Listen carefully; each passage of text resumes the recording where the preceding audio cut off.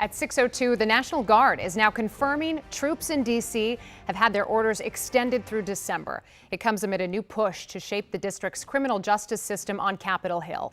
Right now, House lawmakers are considering several big changes.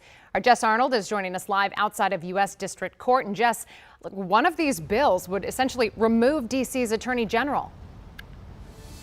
Right, and that comes right as D.C. Attorney General Brian Schwab just announced his intention to run for re-election yesterday. Now, this Washington Post exclusive says that this particular bill would replace that locally elected Attorney General here in D.C. with a presidential appointee who would bypass Senate approval. This would also give the president new power over juvenile justice. Now, again, the Washington Post is reporting that there are 14 of these bill proposals in total, and they would essentially erase much of D.C. residents' say over their own justice system. So some of these other proposals include that were listed out in the Washington Post, changing the age for teens to be tried as adults from 16 to 14 for certain violent crimes, abolishing the D.C. Judicial Nomination Commission, and imposing criminal penalties for camping on public property. So that's speaking to President Trump's efforts to evict homeless people from encampments.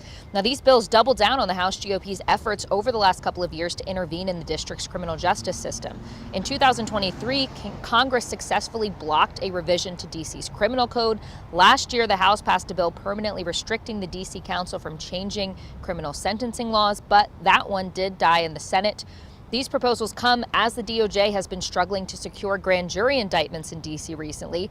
We know of at least 4 cases, including a grand jury refusing to indict the man who went viral for allegedly throwing a sandwich at a federal agent last month. U.S. Attorney Jeanine Pirro thinks D.C. jurors are out of touch.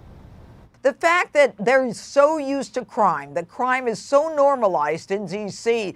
that they don't even care about whether or not the law is violated is the very essence of what my problem is in D.C. Now, when asked for comment, Mayor Bowser's office said that they're pointing to D.C. statehood as the way to prevent more of this intervention and more of the skirting around home rule. Now, our team also reached out to D.C. Attorney General Brian Schwab for comment, and we are waiting to hear back as of this morning. Guys.